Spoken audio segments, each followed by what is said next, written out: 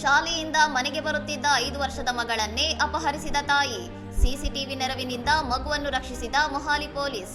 ಮೊಹಾಲಿಯ ಕುರಲಿಯಲ್ಲಿ ಕೋರ್ಟ್ನಲ್ಲಿದ್ದ ಮಗುವಿನ ಪಾಲನೆ ವಿವಾದದ ಹಿನ್ನೆಲೆಯಲ್ಲಿ 5 ವರ್ಷದ ಮಗಳನ್ನು ಆಕೆಯ ತಾಯಿಯೇ ಅಪಹರಿಸಿದ್ದಾಳೆ ಎಂಬ ಆರೋಪದ ಮೇಲೆ ಪೊಲೀಸರು ಮಹಿಳೆಯನ್ನು ಬಂಧಿಸಿದ್ದಾರೆ.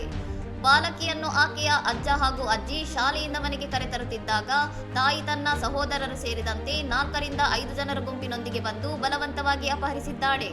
ಅಪಹರಣಕಾರರು ತಡೆಯಲು ಬಂದ ವೃದ್ಧ ಪೋಷಕರ ಮೇಲೆ ದಾಳಿ ಮಾಡಿದ್ದು, ಮಗುವಿನ ಅಜ್ಜಿ ಭೂಪಿಂದರ್ ಕೌರ್ ಮೇಲೆ ಕಾರು ಹರಿಸಿದ ಪರಿಣಾಮ ಅವರು ತೀವ್ರವಾಗಿ ಗಾಯಗೊಂಡಿದ್ದಾರೆ ಎಂದು ತಂದೆ ಆರೋಪಿಸಿದ್ದಾರೆ.